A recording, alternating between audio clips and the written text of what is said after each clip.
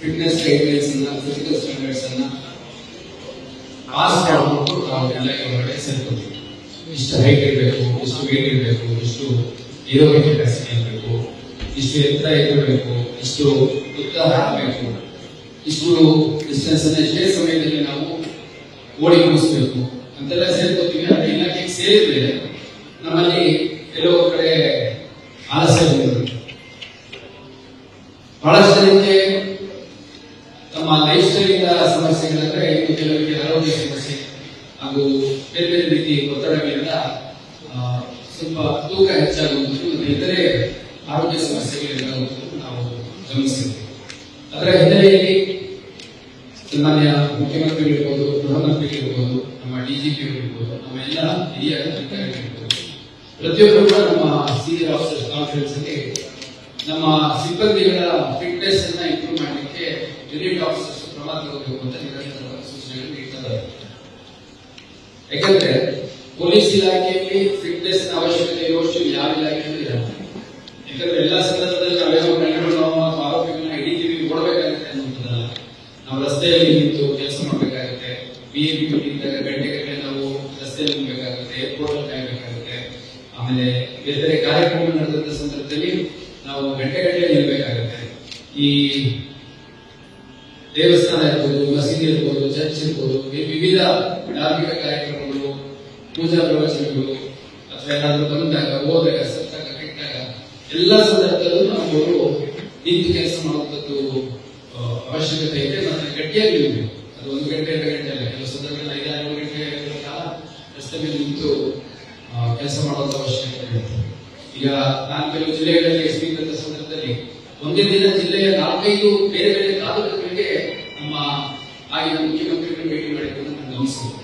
ಅಂದ್ರೆ ಅಷ್ಟು ಫ್ರೀಕ್ವೆಂಟ್ ಆಗಿ ಡ್ಯೂಟಿ ಮಾಡುವಂತ ಸ್ವಲ್ಪ ಅಲ್ಲಿ ಮುಗಿಸ್ಕೊಂಡು ಕಡೆ ಇಷ್ಟು ಫ್ರೀಕ್ವೆಂಟ್ ಮೂವ್ಮೆಂಟ್ ಅನ್ನ ಮಾಡ್ತೀವಿ. ಮತ್ತೆ ಈ ಹಿಂದೆ ಒಮ್ಮೆ ಬೆಂಗಳೂರು ಡಿಸಿಪಿ ಇದ್ದಂತ ಸಂದರ್ಭದಲ್ಲಿ ಈ ಚಂದ್ರಯಾನ ಕಾರ್ಯಕ್ರಮ ನಡೆಯಿತು. ಅವಾಗ ಸುಮಾರು 2-2.5 ದಿನಗಳ ಕಾಲ ಪ್ರಧಾನಮಂತ್ರಿಗಳ ಕಾರ್ಯಕ್ರಮ ನಿರಂತರವಾಗಿತ್ತು. ಅಲ್ಲಿ ತಿಂಗಳು ಹೋಗಿ ಇಸ್ರೋ ಸೆಂಟರ್ ನಲ್ಲಿ ಇನಾಗ್ರೇಷನ್ ಮಾಡೋದು, ವಾಚ್ ಮಾಡೋದು, ಡಿಸ್ಕಸ್ ಮಾಡೋದು, ಮತ್ತೆ ಹೋಟೆಲ್ ಹೋಗ್ತಾ ಇದ್ರು.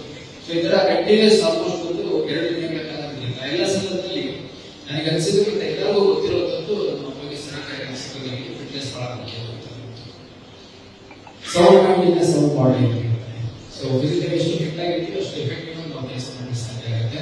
ಅದರ ಹಿನ್ನೆಲೆಯಲ್ಲಿ ಇನ್ನೂ ಒಂದು ಮಾತನ್ನು ಬರ್ತಿಲ್ಲ. If health is well, Patanjali wellness ಅಂತ right place to unwind, relax, rejuvenate your true health ಅಂತ ಹೇಳಿದ್ದಾರೆ.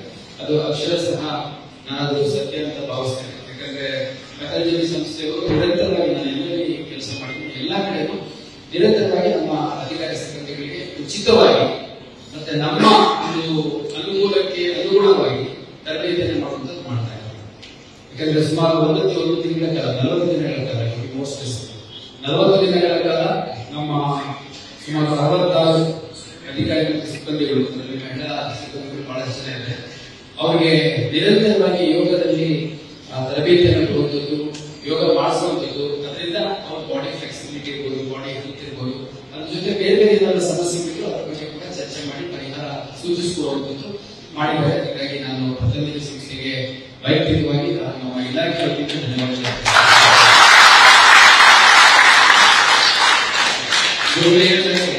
ಮಂಗಳೂರಿನಿಂದ ಕೂಡ ಸುಮಾರು ಒಂದು 70ಕ್ಕೂ ಹೆಚ್ಚು ಜನ ಅಧಿಕಾರಿ ಸಿಬ್ಬಂದಿಗಳನ್ನ ಸುಮಾರು 1 ತಿಂಗಳ ಕಾಲ, ಅದು ಕೋವಿಡ್ ಸಮಯದಲ್ಲಿ, ಕೋವಿಡ್ ಜಸ್ಟ್ ಮುಗಿದಿತ್ತು, ಶಾಲಾ ಕಾಲೇಜುಗಳು ಪ್ರಾರಂಭ ಆಗಿರಲಿಲ್ಲ. ಅವತ್ತಿನ ಅಲ್ಲಿ ಮಂಗಳೂರಲ್ಲಿ ಸೆಂಟ್ ಅಲೋಷಿಯಸ್ ಕಾಲೇಜ್ ನಮಗೆ ಹಾಸ್ಟೆಲ್ ಮತ್ತೆ space accommodate ಮಾಡಿಕೊಟ್ಟಿದ್ರು.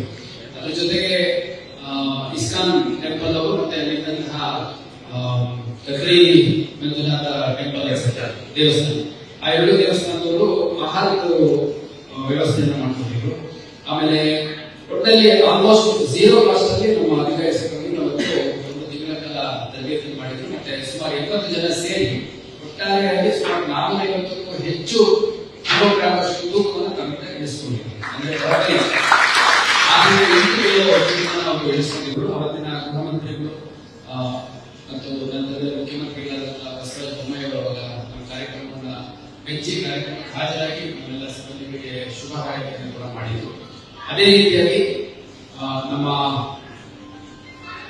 Out going DG Alok Mohan ಅವರು ಇರ್ಬೋದು, ಇವಾಗಿನ ಪ್ರೆಸೆಂಟ್ ಡಿಜಿ ಸಲೀಂ ಸರ್ ಇರ್ಬೋದು, ಅವರು ಕೂಡ ಫಿಟ್ನೆಸ್ ಬಗ್ಗೆ ಬಹಳಷ್ಟು ಒತ್ತನ್ನ ಕೊಡಬೇಕು ಅನ್ನೋದು ನಮಗೆ ಸೂಚನೆ ಕೊಟ್ಟಿದ್ದಾರೆ. ಯಾರು ಹೇಳಿ ಬಿಟ್ಟು ಇದು ನಮ್ಮ ಜವಾಬ್ದಾರಿ ಆಗುತ್ತೆ. ನಮ್ಮ ಘಟಕದಲ್ಲಿರುವಂತಹ ಅಧಿಕಾರಿ ಸಿಬ್ಬಂದಿಗಳ ಆರೋಗ್ಯ ಕಾಪಾಡಿಕೊಳ್ಳುವುದು ಮುಖ್ಯ ಆಗುತ್ತೆ. ಅದರ ಜೊತೆಗೆ ಇತ್ತೀಚಿನ ದಿನಗಳಲ್ಲಿ ನಾವು ಬಹಳಷ್ಟು ಘಟನೆಗಳು ನೋಡಿದ್ದೀವಿ. 30-32 ವರ್ಷ ವಯಸ್ಸಿರುತ್ತೆ, ನಮ್ಮ ಪೊಲೀಸ್ ಸಿಬ್ಬಂದಿ ಮಾಸ್ಟರ್ ಇರ್ತಾರೆ, ಹೆಡ್ ಕಾನ್ಸ್ಟೇಬಲ್ ಇರ್ತಾರೆ, ಡ್ಯೂಟಿ ಮಾಡಬೇಕಾದ್ರೆ ಎದೆನೋ ಹೋಗ್ಬಿಟ್ಟು ಡೆತ್ ಆಗಿರೋದು ನೋಡಿದ್ದೀವಿ. 3ನೇ ದಿವಸ ರಜಾ ಹಾಕೊಂಡು ಹೋಗಿರ್ತಾರೆ, ಅಲ್ಲಿ ಹಾರ್ಟ್ ಅಟ್ಯಾಕ್ ಆಗಿರೋ ಬೇರೆ ಏನಾದ್ರು ಹೆಲ್ತ್ ಇಶ್ಯೂಸ್ ಡೆತ್ ಆಯಿತು ಅನ್ನೋದು ನಾವು ಗಮನಿಸ್ತೀವಿ. ಈಗೆಲ್ಲ ಈ ಲೈಫ್ ಸ್ಟೈಲ್ ಸಾಕಷ್ಟು ಸಮಸ್ಯೆಗಳು ನಮಗೆ ಎದುರಾಗುತ್ತೆ. ಆ ಎಲ್ಲಾ ಸಮಸ್ಯೆಗಳಿಗೆ ಒಂದು ಪ್ರೀಡಿಸ್ಪೋಸಿಂಗ್ ಫ್ಯಾಕ್ಟರ್ ಅಂದ್ರೆ ಯಾವುದು ವಿಷಯದಿಂದ ಎಲ್ಲ ಸಮಸ್ಯೆಗಳಿಗೆ ಒಂದು ಬೇಸ್ಮೆಂಟ್ ಆಗುತ್ತೆ ಅಂತಂದ್ರೆ ಅದು ಅತ್ಯಂತ ತೂಕ. ಆ ತೂಕವನ್ನು ಇಳಿಸುವಂತ ಕೆಲಸ ನಮ್ಮ ಸುಮಾರು 66 ಸಿಬ್ಬಂದಿಗಳು, ಅವರು ಕೂಡ ಸುಮಾರು 400ರಷ್ಟು ಕೆಜಿ ತೂಕವನ್ನು ನಮ್ಮಿಂದ ಇಳಿಸ್ಕೊಂಡಿದ್ದಾರೆ. ಯಾರು ಕೂಡ 5-6 ಕೆಜಿಗಿಂತ ಕಡಿಮೆ ಇಳಿಸ್ಕೊಂಡಿಲ್ಲ, ಕೇವಲ 10-12 ಕೆಜಿವರೆಗೂ ತೂಕ ಇಳಿಸ್ಕೊಂಡಿದ್ದಾರೆ. ಅವರಿಗೆ ಅಭಿನಂದನೆಗಳು ಸಲ್ಲಿಸಲಿಕ್ಕೆ ಹೈಯೆಸ್ಟ್ ಗೊತ್ತಿರೋಗೆ 11 ಕೆಜಿ 10 ಕೆಜಿ 9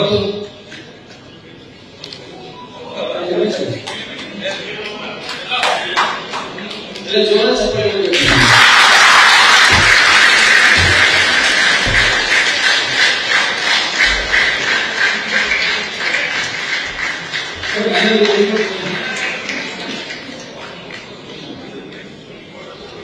ನಮ್ಮ ಕೆಎಸ್ಐ ಮಹಿಳಾ ಕೆಎಸ್ಐಗಳೆಲ್ಲ ಜಿಲ್ಲೆಗಳ ತರ ಮಾಡ್ತಾರೆ.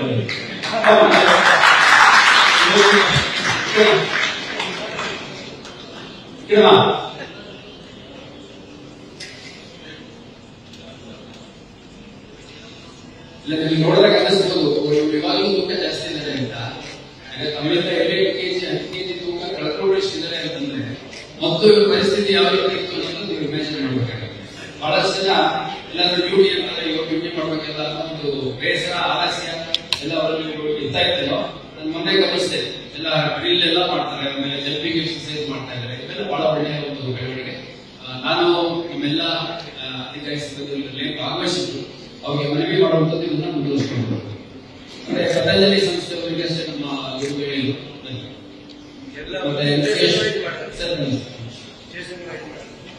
ಸೊ ಅವ್ರು ಹೇಳಿದ್ದು ಸ್ಟೇಷನ್ ವೈಸ್ ನಮಗೆ ಉಚಿತವಾಗಿ ಯೋಗ ತರಬೇತಿ ಮಾಡಲಿಕ್ಕೆ ಸಿದ್ಧರಿದ್ದಾರೆ ಅನ್ನುವಂಥದ್ದು ಬಹಳ ಸಂತೋಷದ ವಿಚಾರ. ನಾನು ಸ್ವಾಗತ ಮಾಡ್ತೀನಿ. ಸವಲತ್ತನ್ನು ಉಪಯೋಗಿಸಿಕೊಳ್ಳಿ ಅಂತ ನಾನು ಹೇಳಲಿಕ್ಕೆ ಇಷ್ಟಪಡ್ತೇನೆ. ಮತ್ತೆ ಇಲ್ಲಿನ ಏನು ಟ್ರೀಟ್ಮೆಂಟ್ಸ್ ಇದಾವೆ, ನನಗೆ ಮೊನ್ನೆ ಒಂದು ದಿವಸ ಬಂದಾಗ ನಿಜವಾಗ್ಲೂ ಆಶ್ಚರ್ಯ ಆಯ್ತು. ಇಷ್ಟೊಂದು ಇನ್ವೆಸ್ಟ್ ಮಾಡಿ ಇಷ್ಟು ಗ್ರ್ಯಾಂಡ್ ಆಗಿ ಮಾಡಿದ್ದೀರಲ್ಲ ಅಂತ ಕೇಳಿದ್ರು. ಆಮೇಲೆ ಕೇಳಿದ್ರೆ ಲಾಭದಲ್ಲಿ ನಡೀತಾ ಇದೆಯೋ ಹೆಂಗ್ ನಡೀತದೆ ಅಂತ. ಅಲ್ಲಿ ಲಾಭದಷ್ಟಿಗಿಂತ ಹೆಚ್ಚಾಗಿ ಒಂದು ಒಳ್ಳೆಯ ವಿಷಯ ಹುಬ್ಬಳ್ಳಿ ಜನ ಇದರಿಂದ ಪರಿಚಿತರಾಗಬೇಕು, ಇದರಿಂದ ಲಾಭ ಪಡ್ಕೋಬೇಕು ಅನ್ನೋ ಉದ್ದೇಶವಾಗಿರುವಂತದ್ದು ನಿಜವಾಗ್ಲೂ ಸ್ವಾಗತ. ಮತ್ತೆ ನಾನು ಗಮನಿಸಿದ್ದು ಕೇವಲ ಹುಬ್ಬಳ್ಳಿ ಅಷ್ಟೇ ಅಲ್ಲ, ರಾಜ್ಯದ ವಿವಿಧ ಭಾಗಗಳಿಂದ, ದೇಶದ ವಿವಿಧ ರಾಜ್ಯಗಳಿಂದ ಅಷ್ಟೇ ಅಲ್ಲದೆ ಹೊರ ದೇಶಗಳಿಂದ ಕೂಡ ಬಹಳಷ್ಟು ಹೊರ ದೇಶಗಳಿಂದ ಯುರೋಪಿಯನ್ ಕಂಟ್ರೀಸ್ ಕೂಡ ಇಲ್ಲಿ ಬಂದು ವೆಲ್ನೆಸ್ ಪ್ರೋಗ್ರಾಮ್ ಅಟೆಂಡ್ ಮಾಡುವಂಥದ್ದು, ವಾರ 15 ದಿವಸ ತಿಂಗಳು ಟ್ರೀಟ್ಮೆಂಟ್ ಕೊಂಡಿರುವಂಥದ್ದು. ನಾವಿಲ್ಲೇ ಸ್ಥಳೀಯ ಆಗಿದೆ, ಎಷ್ಟೋ ನಮಗೆ ಮಾಹಿತಿ ಇಲ್ಲ.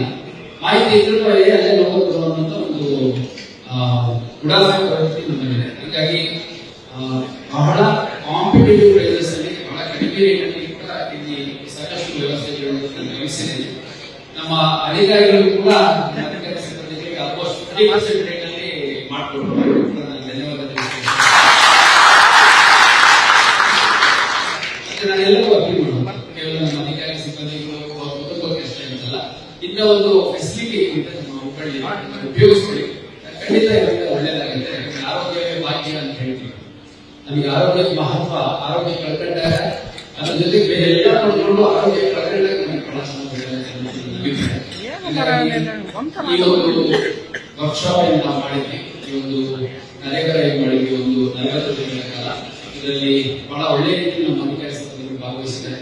ಇನ್ನೊಂದು ನೆಕ್ಸ್ಟ್ ಫೇಸ್, ಅದರ ನೆಕ್ಸ್ಟ್ ಫೇಸ್ ಖಂಡಿತ ಮಾಡ್ತೀವಿ. ಮತ್ತೆ ನಮ್ಮ ಅಧಿಕಾರಿ ಸಿಬ್ಬಂದಿಗಳು ಕೆಲವರು ಮಾತಾಡಿದ ಸಂದರ್ಭದಲ್ಲಿ ನಮ್ಮ ಕುಟುಂಬ ಸದಸ್ಯರಿಗೂ ಕೂಡ ಈ ಒಂದು ತರಬೇತಿ ಅವಶ್ಯಕತೆ ಇದೆ ಅಂತ ಹೇಳಿದ್ದಾರೆ. ಖಂಡಿತ ನಮ್ಮ ಮ್ಯೂಸಿಯಂ ಅಲ್ಲಿ ಸಾಕಷ್ಟು ಗ್ರೌಂಡ್ ಇದೆ, ಸ್ಪೇಸ್ ಇದೆ, ಅಕಾಮಿಡೇಷನ್ ಫೆಸಿಲಿಟೀಸ್ ಇದೆ. ನಮ್ಮ ಸಿಬ್ಬಂದಿಗಳಿಗೆ ಈ ಒಂದು ಸವಲತ್ತನ್ನ ಕೊಡೋದಕ್ಕೆ ಅವ್ರ ಕುಟುಂಬ ಸದಸ್ಯರಿಗೆ ಏನಾದರೂ ಮುಂದೆ ಬಂದಲ್ಲಿ ಒಂದು 40-50 ಜನ ಒಂದು ಗ್ರೂಪ್ ರೀತಿಯಲ್ಲಿ ಬಂದಲ್ಲಿ ಅದನ್ನು ಕೂಡ ಮಾಡಲಿಕ್ಕೆ ನಮಗೆ ಅವಕಾಶ ಉಂಟು.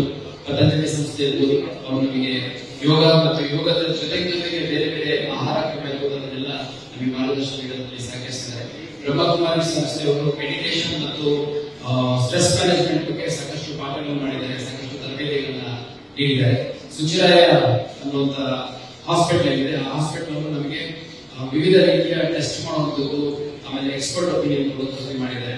ಅದ್ರ ಜೊತೆಗೆ ನಮ್ಮ CR ನ ಅಧಿಕಾರಿ ಸಿಬ್ಬಂದಿಗಳು ಅವರು ನಾನು ವಿಶೇಷವಾದ ಧನ್ಯವಾದ ಅರ್ಪಿಸುತ್ತೇನೆ.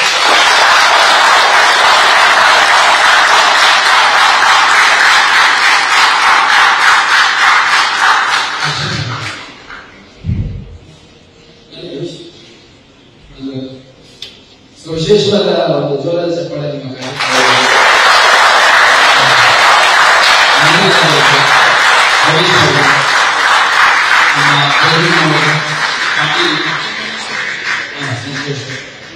ನಾಗರಾಜ್ ಹೆಸರು ಹೇಳ್ತಾ ಹೋದ್ರೆ ಅದಕ್ಕೆ ಕೊನೆ ಇಲ್ಲ. ಯಾಕಂದ್ರೆ ಯಾವುದೋ ಈ ಒಂದು ಕೆಲಸ ಮಾಡಿದ್ರೆ ಅದನ್ನು ಮಾಡ್ಬೇಕಾಗಿದೆ, ಇದಕ್ಕೆ ಒಂದು ಸಂಬಳ ಬರಲ್ಲ.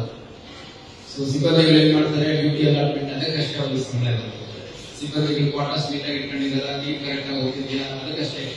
ಮತ್ತೆ ಸಿಬ್ಬಂದಿಗಳ ಕಾರ್ಯನಿರ್ವಹಣೆ ಯಾವ ರೀತಿ ಸೂಪರ್ವೈಸ್ ಮಾಡ್ಲಿಕ್ಕೆ ಅದಕ್ಕಷ್ಟೇ ಒಂದು ಸಂಬಳ. ಆದ್ರೆ ನಮ್ಮ ಸಿಬ್ಬಂದಿಗಳು ಎಲ್ಲೋ ಕಡೆ CR ಸಿವಿಲ್ ಇವೆಲ್ಲ ಸ್ವಲ್ಪ ಸಂಘರ್ಷಗಳು ತಲೆಗೆ ಗಮನಿಸ್ತೀವಿ. ಆದ್ರೆ ಎಲ್ಲ ಮಹಿಳಾ ಸಿಬ್ಬಂದಿಯಿಂದ ಹಿಡಿದು ಸಿವಿಲ್ ಸಿಬ್ಬಂದಿ, ರಿಸರ್ವ್ ಸಿಬ್ಬಂದಿ ಇರ್ಬೋದು, ನಮ್ಮ ಡಿಪೋ ಸಿಬ್ಬಂದಿ ಇರ್ಬೋದು, ಪ್ರತಿಯೊಬ್ಬರಿಗೂ ಕೂಡ ಬಹಳ ಒಳ್ಳೆ ರೀತಿಯಲ್ಲಿ ತರಬೇತಿಯನ್ನ ನೀಡಿದ್ದಕ್ಕಾಗಿ ನಾನು ವಿಶೇಷವಾದ ಒಂದು ಧನ್ಯವಾದಗಳನ್ನ CR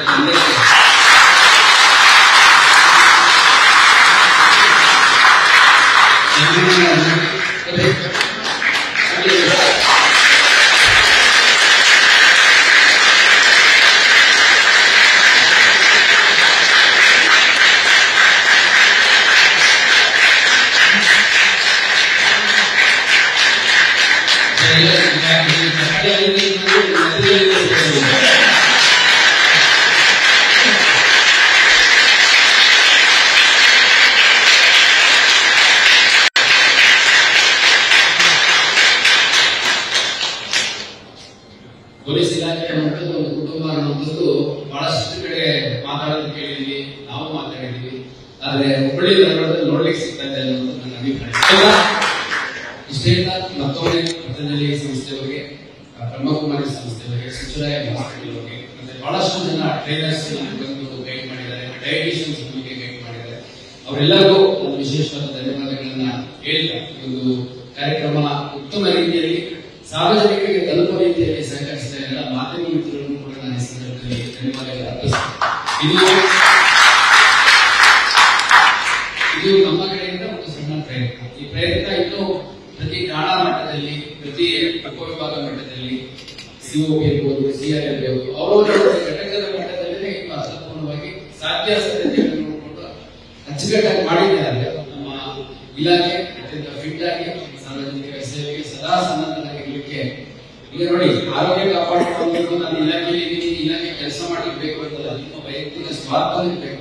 ನೀವು ಫಿಟ್ ಆಗಿದ್ರೆ, ನೀವು ಆರೋಗ್ಯವಾಗಿದ್ರೆ, ಯಾರ ಮೇಲೆ ಡಿಪೆಂಡ್ ಆಗದೇ ಇರೋ ರೀತಿಯಲ್ಲಿ ಇದ್ರೆ ಅದಕ್ಕಿಂತ ದೊಡ್ಡ ಭಾಗ್ಯ ಇನ್ನೊಂದಿಲ್ಲ. ನಿಮ್ಮ ಆರೋಗ್ಯ ಯಾರಿಗೋಸ್ಕರ ಕಾಪಾಡ್ಕೋಬೇಕು ಗೊತ್ತಿಲ್ಲ, ನಿಮ್ಮ ವೈಯಕ್ತಿಕ ಸ್ವಾರ್ಥಕ್ಕಾಗಿ ಕಾಪಾಡ್ಕೋಬೇಕು. ನ್ಯೂಸ್ ಫಸ್ಟ್ ನಿರ್ಭೀತಿಯಿಂದ ನಿಮ್ಮ ಪರವಾಗಿ.